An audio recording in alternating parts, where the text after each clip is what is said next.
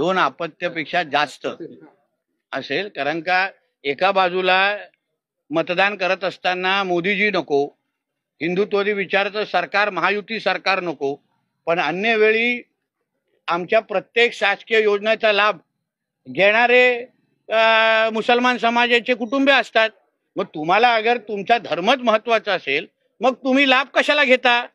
आणि मुख्यमंत्री लाडली बहीण योजनेमध्ये जे लाभार्थीची यादी आहे त्याच्यात बघितलं, त्याच्यामध्ये जास्त लाभार्थी हे त्याच संख्येचे दिसत आहेत। म्हणून मी आदरणीय मुख्यमंत्री देवेंद्र फडणवीसजींना आम्ही विनंती करणार आहे, फक्त आमच्या आदिवासी समाजाला बाजूला म्हणजे वगळून बाजूला ठेवून अन्य ज्यांना 2 पेक्षा जास्त अपत्य असतील त्यांना त्या योजनेमधून वगळावं, मुख्यमंत्री लाडली बहीण योजनेत, जेणेकरून जास्तीत जास्त हिंदू समाज आणि त्याचबरोबर जे सरकारला मतदान करतात, मोदीजींच्या नेतृत्वावर विश्वास ठेवतात, महायुती आणि आमच्या देवेंद्रजींच्या विचारावर विश्वास ठेवतात, त्यांनाच आमच्या योजनेचा लाभ भेटला।